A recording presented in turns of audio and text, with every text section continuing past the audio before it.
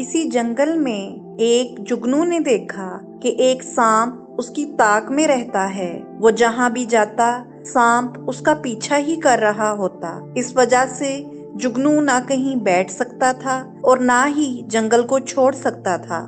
एक दिन जुगनू ने सांप से ये पूछ ही लिया कि भाई, क्या मैं आपकी खुराक में शामिल हूँ? सांप ने जवाब दिया कि नहीं, बिल्कुल नहीं। जुगनू ने पूछा कि फिर आप मेरा पीछा क्यों कर रहे हैं? सांप ने कहा, क्योंकि तुम रोशनी करते हो और चमकते हो। यहाँ सांप को जुगनू की रोशनी से हसद महसूस हुआ और इसलिए वो इसके पीछे लग गया, क्योंकि हसद अंधेरा है, इसे रोशनी पसंद नहीं। अल्लाह ताला ने कुरान करीम में हसद को कई जगह बयान फरमाया है। अंधेरी रात के शर से जब वो फैल जाए, लोगों के दिलों और सीनों में छुपी बातों और बुराई से, जिसे वो अपनी मुस्कुराहट और बनावटी प्यार में जाहिर नहीं करते, और किसी के पास नेमतें देखकर उसके लिए खुश होने की बजाय उससे जलने कूड़ने से।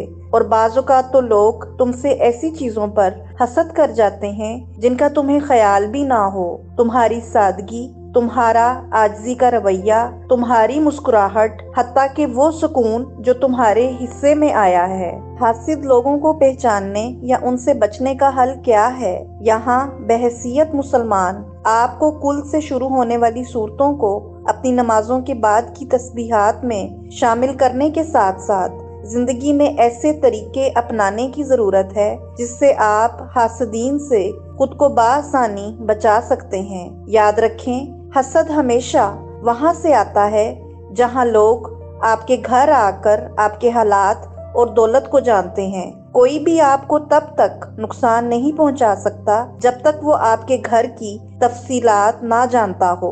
कोई भी आपके मंसूबों को नाकाम नहीं बना सकता जब तक आप खुद उसे अपना राज ना बताएं। बाज़-औक़ात हसद करने वाले लोग ही मशवरे के पर्दे में आपको नुकसान पहुंचाने की कोशिश करते हैं।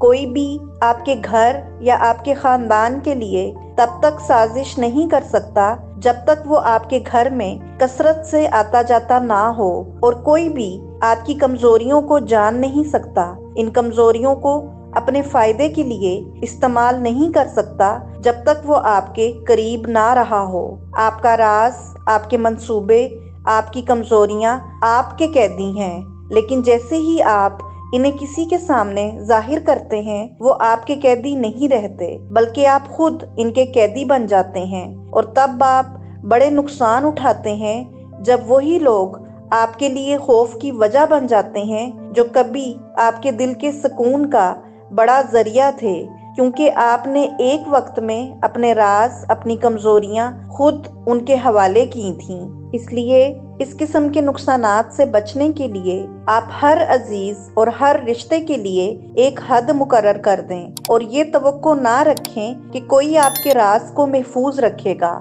जब तक आपने इसे मुश्किल और तकलीफ दे वक्त में आजमा ना लिया हो, अंदर से परख ना लिया हो। अगर आप कामयाब होने के लिए कोई मंसूबा बंदी कर रहे हैं और आपको अपने मंसूबे की कामयाबी पर एतमाद है, तो आप किसी से भी मशवरा मत लें। यहाँ ये मुराद नहीं कि आप लोगों से राब्ता ही खत्म कर लें, बल्कि आपको अपने घर में हदूद रखनी चाहिए, और इन हदूद को घर से बाहर के अफराद को अबूर नहीं करने देना चाहिए। और कोशिश करें कि अपनी जाती जिंदगी को किसी के लिए भी मुकम्मल तौर पर जाहिर मत करें, क्योंकि लोग कब बदल जाएं ये आपको मालूम नहीं होगा।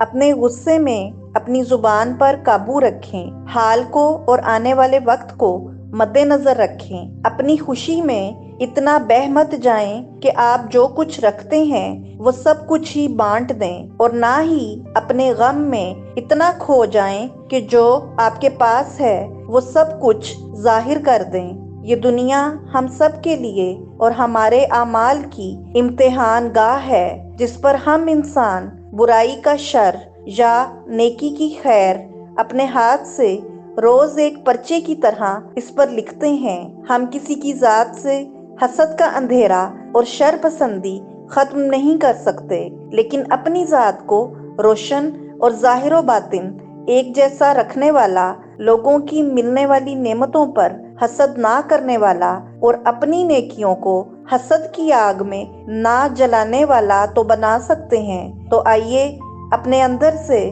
اندھیرے کا شر ختم کر کے اللہ کی رضا اور اس کی تقسیم پر راضی رہ کر اس کے دیے ہوئے امتحان پر پورا اترنے کے لیے ایک جگنو کی طرح ہی اپنی روشنی پھیلانے کی خود سے ایک نئی شروعات کریں۔